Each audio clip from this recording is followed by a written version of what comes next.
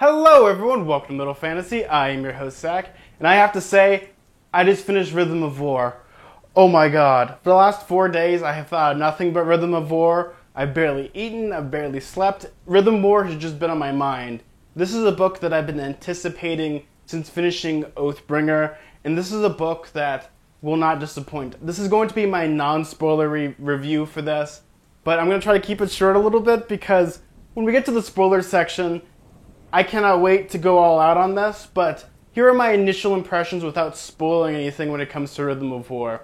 Now, to begin, I've been following Rhythm of War's pretty much publication since the beginning, especially with Brandon Sanderson and how vocal he is, just going through all the drafts, hearing all the things, looking at the prompts and the snippets and everything in between.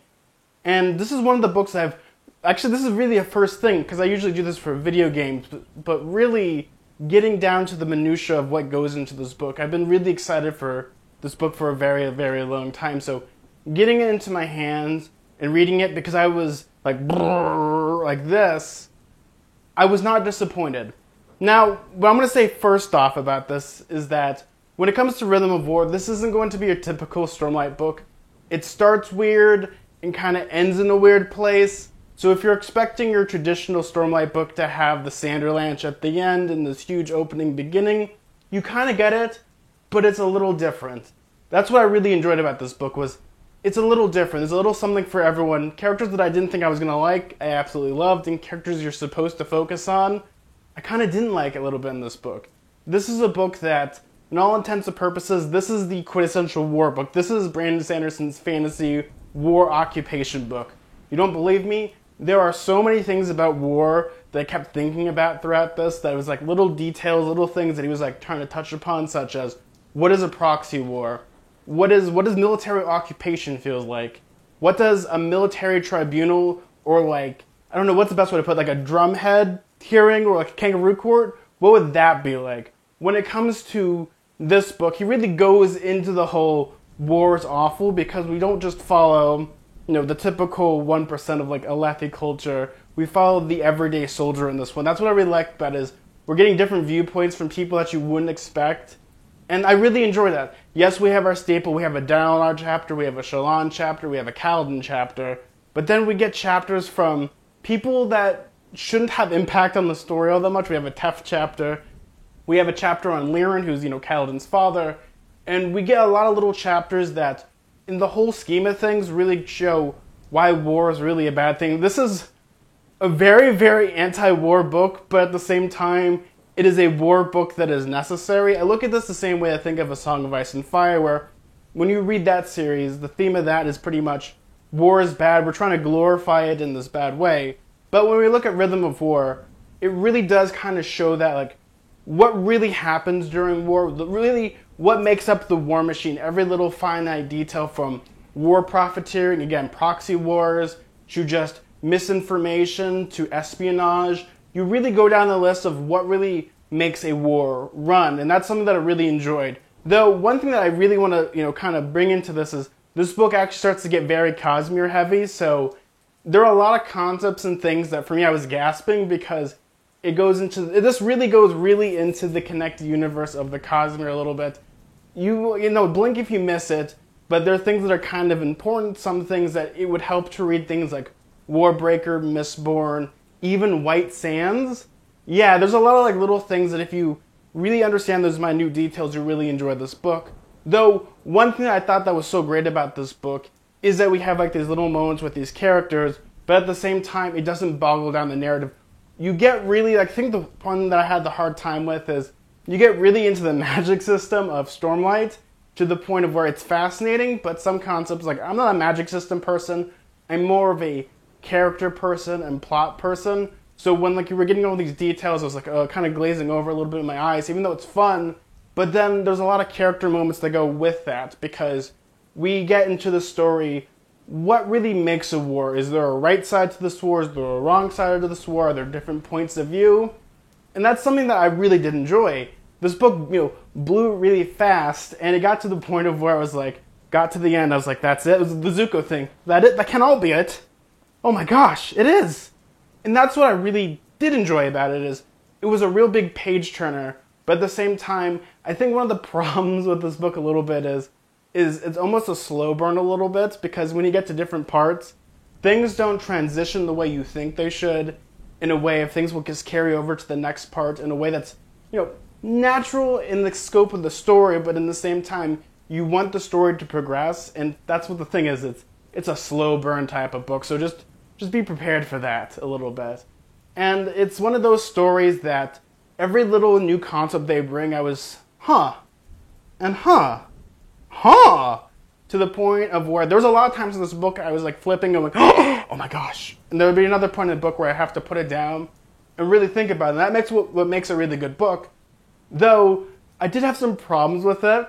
And the problem that I had with this book was that the main things when it comes to the flashbacks of both Venli and Eshonai, I don't like Venli all that much. And every time she was in a chapter, you had her POV, I cared less and less. But then when you got to like the Eshonai stuff, I cared more and more. It's weird, it's like a weird balance you have with this, especially how Brandon Sanderson handles the flashback chapters in this book. If you've never read a Stormlight book, each book is kind of focused on a singular character in a sense of we get to learn their backstory, and they're almost, in theory, the main focus of the book a little bit, but not really. But what I liked about the flashback chapters here is that you had a split between Venli and Eshonai, and Eshonai's been always more interesting to me. I just don't care about Venli all that much. But Venli, she's like milquetoast, if milquetoast had milquetoast a little bit. But that's the part that I didn't like. But there are other characters in this that I'm like, okay, we're going to be focusing on this person a lot. And then you get into their chapters, and they're like, oh my god, this is interesting, this is in depth. And you get really into a lot of psychological debates. You get into a lot of moral debates in this book, which I really liked. Again, we go back to the war machine. What makes the war itself? There's parts of this book that really touch on things that people don't really talk about. Yes, they'll say it, like, oh, what is PTSD? But really, what does that mean? What is a person that has, PTSD? How would they even function in life? And we get viewpoint chapters from people that experience that. We have, when the war machine spits someone out, what happens with that? What happens when you wash out of a program? Those are the questions that you see in this book that I find to be so interesting, because what makes them interesting is there are aspects of war that people don't really touch on, except for when we do, they're usually for a plot narrative rather than here. They're just part of that character, so they're part of the conflict, but it isn't pandering in a way of like, well, we have this person, they can do all these amazing things because they're broken inside. That's not how it works in this story. That's what I really like about the Stormlight Archive, is we have those moments where you're not focusing, you're not pandering to that audience. And I find that to be, when there's like certain aspects of this book, they're like gut punches. This entire book, at times near the end, I was just boom after boom after boom after boom, which is good and great. And I think Brandon Sanderson does a really good job with the character moments in this book. Personally, this isn't my favorite Stormlight book. I still think Oathbringer has a lot more, merit to it and a lot more good memories for me.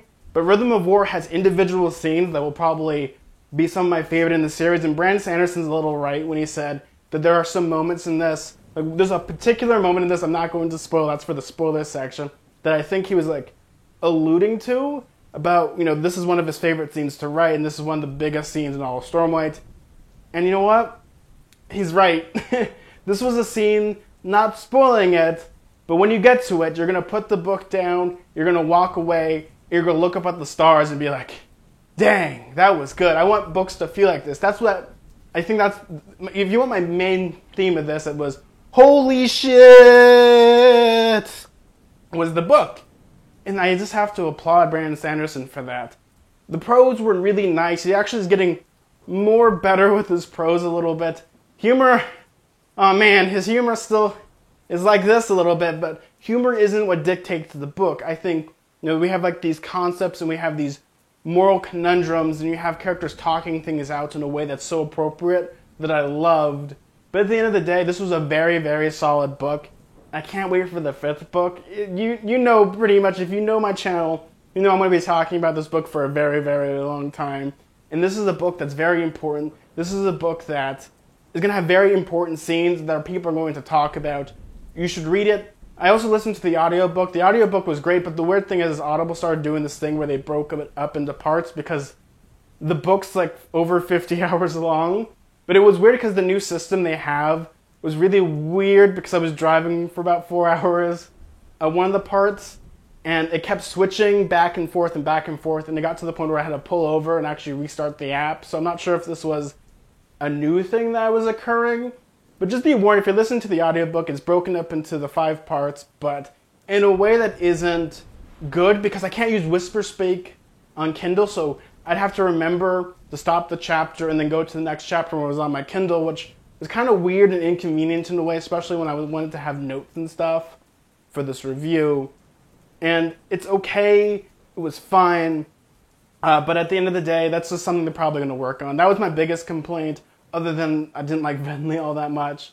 I liked all the other characters. I thought Adolin was so great, Jasnah was so great, Shallan was so great, Teft was so great.